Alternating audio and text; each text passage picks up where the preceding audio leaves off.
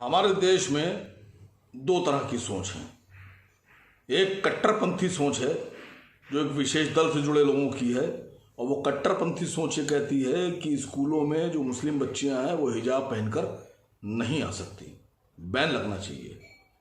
और जो सेकुलर सोच है, सेकुलर से मतलब मैं मुसलमानों की खाली बात नहीं कर रहा हूँ, उसमें हिंदू भी हैं, सिख भी हैं, ईसाई भी हैं, जैन भी हैं, बौद्ध भी हैं।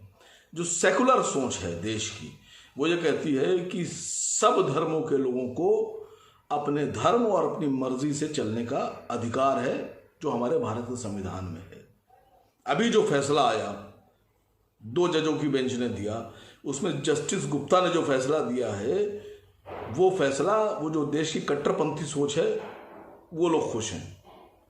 और जस्टिस धुलिया ने जो फैसला दिया है कि उन्होंने कहा हाई कोर्ट का फैसला गलत, उसको गलत ठहरा दिया, वो देश की सेकुलर सोच को जाहिर करता है। हम सब लोग जस्टिस धुलिया का स्वागत करते हैं। देखिए, ये देश हमारा, हम सब का देश है, इसको आगे भी हम ही लोगों को लेके जाना है। मैं किसी भी धर्म के खिलाफ नहीं हूं, सबका सम्मान, लेकिन पूरे देश में नहीं, पूरे विश्व में किसी भी स्कूल में जो यूनिफॉर्म है उसमें टर्बन, पगड़ी उस यूनिफॉर्म का हिस्सा नहीं होती है। लेकिन चाहे वो लखीमपुर हो, चाहे कर्नाटका हो, चाहे आंध्रा हो, चाहे बंबई हो, कहीं भी जब हमारे सिख भाइयों के बच्चे जब स्कूल जाते हैं तो वो पगड़ी पहन के जाते हैं, जबकि यूनिफॉर्म का हिस्सा नहीं है। लेकिन हम उनका सम्मान करते हैं क्योंकि हम सेकुलर सोच के लोग हैं, वो पहन सकते हैं पगड़ी। इसी तरह से देश में कानून है हेलमेट लगाने का। अब सबके लिए हेलमेट का कानून है, लेकिन उसी कानून में ये कहा गया कि सरदार भाई, क्योंकि हमारे सिख भाई पगड़ी पहनते हैं इसलिए उनको हेलमेट की छूट है। कानून हेलमेट लगाने का, लेकिन पगड़ी की वजह से कानून ये नहीं कह रहा है कि नहीं आप पगड़ी हटा के हेलमेट लगाइए। कोई कानून ये नहीं कहता है। अगर कोई कानून ये कहेगा कि नहीं पगड़ी हटा के हेलमेट लगा लीजिए आप, तो मैं सबसे पहले उसका विरोध करूंगा।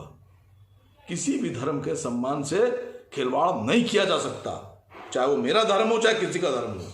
हम लोग जस्टिस धुलिया के इस फैसले के साथ खड़े हैं, उनको सैल्यूट करते हैं, और मुझे उम्मीद है कि आगे भी जो फैसला आएगा वो देश के सेकुलरिज्म को और लोगों को सम्मान को समझते हुए आएगा। देखिए, ये ईमानदारी से एक मजहबी मामला है, इस्लाम का मामला है। इस्लाम के अंदर मतलब ये कि जवान बेटियां और जो हैं वो हैं औरतों के लिए हिजाब का हुक्म दिया गया है कि वो बापर्दा रहें और बेपर्दा होकर बाज़ारों में, गलियों में न घूमें। इससे चूँकि हालात बिगड़ते हैं, आवारगी बढ़ती है इससे। और आज अगर इसमें कोई पाबंदी लगाई जाती है कि हिजाब की ज़रूरत नहीं है, वो ये कहते हैं, तो इससे समाज को भी न सिर्फ इस्लाम को बल्कि समाज को नुकसान होगा।